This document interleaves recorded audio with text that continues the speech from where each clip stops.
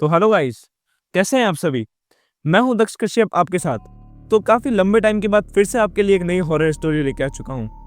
आज की जो स्टोरी है यह है उत्तर प्रदेश के एक छोटे गांव की। यह कहानी शुरू होती है रमेश के घर से।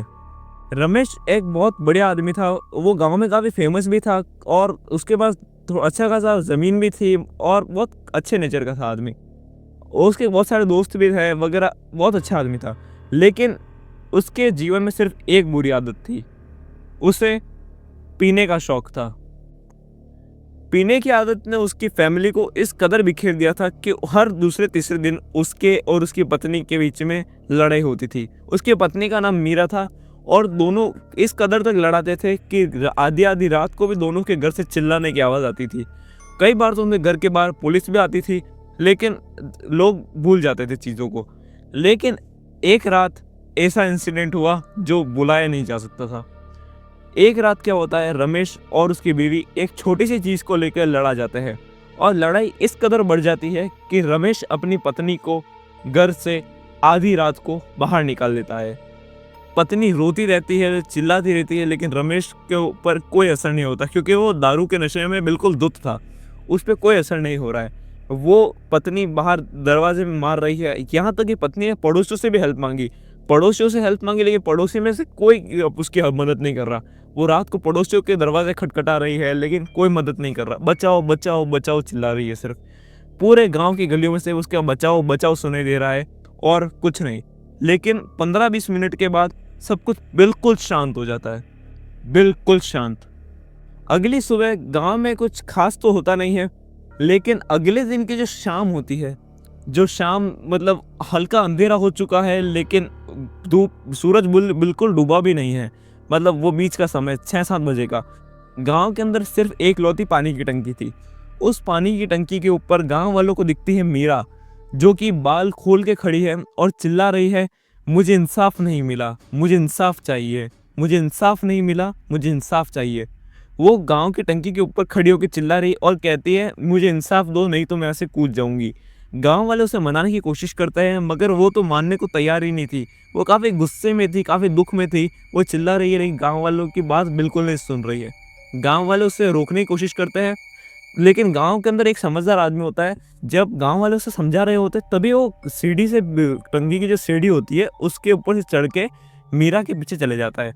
और जैसे ही मीरा उसे देखती है, मीरा क्या करती है, मीरा उसको भी पकड़ती है और साथ में टंकी के अंदर कूद जाती है और एक छपाक की आवाज़ आती है और सब कुछ शांत हो जाता है। गांव वाले जैसे ये देखते हैं वो बिल्कुल पैनिक हो जाते हैं और गांव की जो टंकी होती है उसके ऊपर दौड़ के जाते हैं। और जैसे ही गांव वाले अंदर देखते हैं, अंदर क्या दिखता है, अंदर सिर्फ पानी है और सिर्फ पानी है। टंकी के अंदर कोई भी नहीं है, ना मीरा ना वो आदमी। गांव वाले ये देख के बिल्कुल एकदम पागल से हो जाते हैं। अगर वहम होता तो एक जने को होता, पूरे गांव को वहम कैसे हो सकता है। इस बात को कुछ दिन बीते भी नहीं होते हैं कि कुछ 4-5 दिन बाद एक और घटना होती है प्रफुल्ल के साथ। प्रफुल्ल राजेश का अच्छा दोस्त था। प्रफुल्ल क्या होता है, वो उसको भी पीने की आदत बहुत होती है। प्रफुल्ल उसके साथ होता है, क्या होता है, रात को 2:30 बजे प्रफुल्ल का गेट बजता है, जैसे कोई बहुत ताकत से खटखटा के गया हो। प्रफुल्ल सोचता है कि अभी रात को गेट किसने बजाया। 2-3 बार तो प्रफुल्ल इग्नोर करता है, लेकिन तीसरी बार वो जाता है जाने गेट पे कौन खड़ा है। गेट पे कौन खड़ा था पता है आपको? मुकेश वही बंदा है जो पहले गया नहीं था, जो टंकी के ऊपर चढ़ के उस मीरा को बचाने। मुकेश खड़ा है। वो मुकेश को देख के एकदम हैरान हो जाता है। लेकिन मुकेश कहता है कि प्रफुल्ल भाई, आज वो मेरे घर पे बारिश हो रही है तो मेरे घर के अंदर पानी गिर रहा है, मैं आपके घर पे सो जाऊं। प्रफुल्ल कहता है कि ठीक है सो जाओ, और क्या, मुझे क्या दिक्कत है, सो जा। तो कहता है क्योंकि मेरे घर पे पानी गिर रहा है इसलिए मैं आपके घर पे सो जाता हूँ। तो 2-3 बार बोलता है, वो कन्विंस करना चाहता है। प्रफुल्ल भी कन्विंस हो जाता है। प्रफुल्ल कहता है ठीक है सो जा। प्रफुल्ल और मुकेश दोनों साथ में सेम बेड पे सो रहे होते हैं और दोनों की गर्दन दीवार की तरफ होती है, मतलब दोनों के मुंह दीवार की तरफ है। जैसे मतलब प्रफुल्ल भी इधर साइड मुंह करके सो रहा है और मुकेश भी उधर साइड मुंह करके सो रहा है। दोनों आराम से सो रहे होते हैं। लेकिन तभी जो प्रफुल्ल है, इसकी नींद थोड़ी सी खुलती है और ये जो अपना मुकेश है, मुकेश की तरफ मुंह करता है। और मुंह करता है तो क्या देखता है, मुकेश की आंखें बिल्कुल फट रही है और बिल्कुल काली आंखें की तरफ से उसकी तरफ देख रहा है और गुर्रा रहा है। जैसे ही प्रफुल्ल ये सब देखता है वो एकदम से चिल्लाता है, मुकेश। और मुकेश कहता ही मुकेश उसके ऊपर छलांग मार देता है और प्रफुल्ल की नींद टूट जाती है। प्रफुल्ल को और कुछ नहीं, एक बुरा सपना आ रहा होता है और प्रफुल्ल क्योंकि उसने अपनी मौत ही अपने सपने में देखी इसलिए वो बहुत घबरा जाता है। वो इतना घबरा जाता है कि पसीने से लथपथ हो जाता है। वो सोचता है मैं रमेश के घर पे जाता हूँ और उसको ये सब चीज़ें बताता हूँ। खैर वो चाहता तो सुबह भी जा सकता था, लेकिन मस्ती देखो भाई की। हाँ, तो वो सोचता है कि अब मैं रमेश के घर पे जाता हूँ। वो रमेश के घर पे पहुँचता है और रमेश के घर पे जैसे ही वो एक बार रिंग करता है, रमेश सिंगल टाइम में गेट खोल देता है और उसके सामने खड़ा होकर तो कहता है, हाँ प्रफुल्ल भाई बोलो क्या हुआ। वो कहता है, रमेश भाई। वो बहुत हाफ रहा होता है, कहता है, रमेश भाई मुझे आपके घर में ले लो, रमेश भाई मुझे आपके घर में ले लो। रमेश कहता है कि क्या हुआ, आ जाए अंदर, क्योंकि रमेश और प्रफुल्ल जो थे वो बिल्कुल साथ में बैठ के पीते थे, तो इसलिए इन दोनों की अच्छी दोस्ती होती है और ये एक दूसरे पे विश्वास भी करते थे। तो रमेश प्रफुल्ल कहता है ठीक है अंदर आ जा।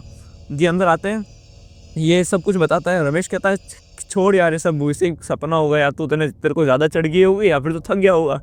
तो ये कहता है हाँ चलो हो सकता है कोई बुरा सपना होगा। तो ये उस दोनों उस चीज़ को भूल जाता है। क्या होता है ना, उसी समय लगभग 10 मिनट बाद जैसे ये सोचते कि साथ में बैठ के पी लेते, ऐसा करते, क्या करें बेचारे बोर हो रहे थे, कहते हैं पी लेते चलो। पीने के लिए जैसे ये गिलास वगैरह सब प्रोग्राम जमाते हैं, तभी रमेश को उसके घर के बाहर से एक खटखट सुनाई देती है। सेम वही खटखट जो प्रफुल्ल को उसके घर के बाहर सुनाई दी थी। कोई खटखट बजा के गया है। रमेश देखता है कौन है अभी।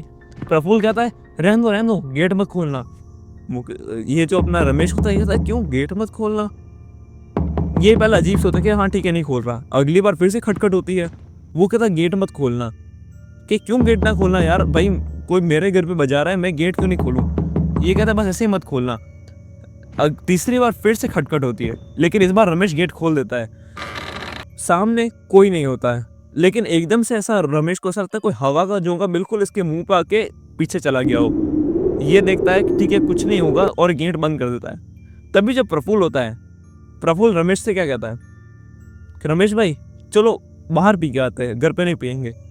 कि बाहर पी के आते क्यों, अभी तो तू कह रहा घर पे पियेंगे। कि नहीं बाहर पी के आएंगे। कि बाहर का पियेंगे पागल, रात के 3 बज रहे, अभी कौन सा ठेका खुला होगा। ये कहता है कि वो जो गाँव की टंकी है उसके पास एक ठेका है, वो खुला होगा। ये कहता है वाह यार तू तो मेरे से बड़ा पियक्कड़ निकला, मेरे को इतने ठेके नहीं पता, उससे ज्यादा ठेके तुझे पता है। खैर फिर अब मजाक बंद करते हैं, स्टोरी बात वापस। तो फिर ये कहता है कि अच्छा ठीक है चलते हैं वहाँ पे। तो मतलब अब जो प्रफुल्ल होता है वो थोड़ा सा अजीब बिहेव करने लग जाता है। ये मतलब उसको साथ साथ में खींच के ले जा रहा होता है, मतलब हाथ पकड़ के कई बार ऐसे खींच रहा होता है। तो अभी ये सोचता है कि हो सकता है दोस्त है भाई, प्यार उमड़ रहा होगा। तो ये सोच के वो इग्नोर करता है। जैसे ही ये लोग बात उस पानी की टंकी तक पहुंचते हैं और प्रफुल्ल जो होता है, प्रफुल्ल कहता है कि आप यहाँ पे खड़े रहो रमेश भाई, मैं दारू लेके आता हूँ। ये दारू लेने चल जाता है और रमेश को वहीं खड़ा करके चल जाता है। प्रफुल्ल वापस आता है और रमेश को कहता है कि यहाँ पे है ना, यहाँ पे सही नहीं है, अपने साथ आता है टंकी के ऊपर बैठ के पीते। रमेश कहता है तेरा दिमाग खराब है क्या, तू रात को 3 बजे टंकी के ऊपर चढ़ के दारू पिएगा। ये उस बात को इग्नोर करता है। रमेश मना कर देता है कि नहीं टंकी के ऊपर नहीं पियेंगे। तभी प्रफुल्ल भी काफी अच्छा आदमी था, वो मतलब इतना गुस्सा करता है, काफी स्वीट आदमी था, लेकिन वो उस दिन रमेश के ऊपर गुस्सा करने लग जाता है। बोल दिया ना तुम्हें ऊपर चल के पियेंगे तो ऊपर चल के पियेंगे। रमेश कहता है कि इतना गुस्सा करता नहीं हर बार, हो सकता है सीरियस बंदा है, आज सीरियस कह रहा है तो चल देते हैं, हर बार तो अपन कौन सी इसकी बात मानते। तो ये उसके साथ बैठ के वहां चले जाता है। जैसे ही वो टंकी पे पहुंचते ऊपर, प्रफुल्ल उसकी तरफ देख के एक बहुत क्रीपी सी स्माइल देता है और कहता है उस दिन घर में नहीं लिया था ना मुझे, अब मैं तुम्हें मेरे साथ लेके जाऊंगा। वो रमेश को पीछे से धक्का दे देता है और रमेश नीचे गिरने वाला होता है। रमेश जैसे ही ग्राउंड के टच होने वाला होता है, एकदम से रमेश जग जाता है। रमेश देखता है एकदम हांफता हुआ। रमेश देखता है ये सिर्फ उसका एक बुरा सपना था और कुछ नहीं। रमेश बिल्कुल घबरा जाता है, जाने अभी क्या हो रहा है। रमेश उठता है पानी पीने के लिए। जैसे रमेश पानी का गिलास भरता है, उसे बाहर से किसी के रोने की आवाज़ आ रही होती है गेट के बाहर से। वो सोचता है कौन रो रहा है अभी, वो उस पर ध्यान देता नहीं है। रमेश पानी पीता है और सोने वाला ही होता है, तभी उसे आवाज़ बढ़ रही होती है तो इरिटेट करने लगती है आवाज़। तो ये एक बार देखने को जाता है कि जाने कौन है। ये गेट खोलता है, सामने प्रफुल्ल ही होता है। वो प्रफुल्ल से पूछता है, प्रफुल्ल भाई क्यों रो रहे हो? कि कुछ नहीं, मुझे इंसाफ नहीं मिला इसलिए। कि तुम्हें इंसाफ नहीं मिला? क्यों इंसाफ नहीं मिला? कि मैं बताता हूँ तुम्हें, तुम मेरे साथ बाहर आओ। कि क्या हुआ, बोलो ना, अंदर आ जाओ, घर में आ जाओ। कि नहीं, घर में नहीं, तुम बाहर हो, मैं तुम्हें इंसाफ नहीं मिला वो बताना चाहता हूँ। ये क्यों इंसाफ नहीं मिला? चलो।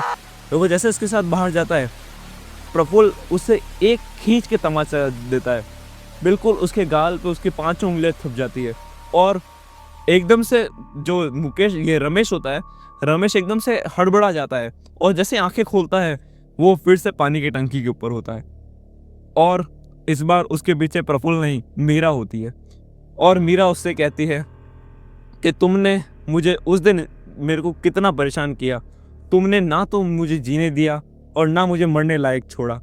अब मैं मर भी गई हूँ तो यहाँ भटक रही हूँ। और ये कह के वो रमेश को अपने टंकी के ऊपर से धक्का दे देती है और रमेश वहीं गिर के ऑन द स्पॉट मर जाता है।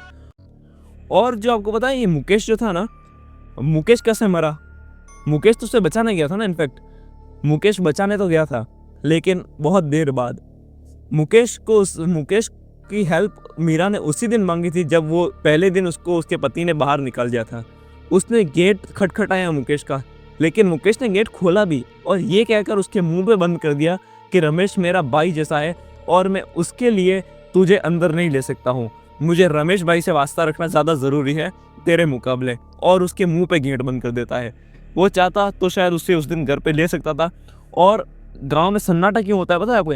क्योंकि उसी रात मीरा उस टंकी में जाके सुसाइड कर लेती है और टंकी से छलांग लगा देती है और सब कुछ शांत हो जाता है। तो बस यही थी आज की स्टोरी और उसे इंसाफ मिल गया। और लेकिन आज भी उनके घर के अंदर, रमेश के और मीरा के घर के अंदर चीखने चिल्लाने की आवाज़ आज भी आती है। Okay, bye bye. चैनल को सब्सक्राइब करते जाना और वीडियो कैसी लगी ये कमेंट्स में ज़रूर बताना। Thank you, bye bye.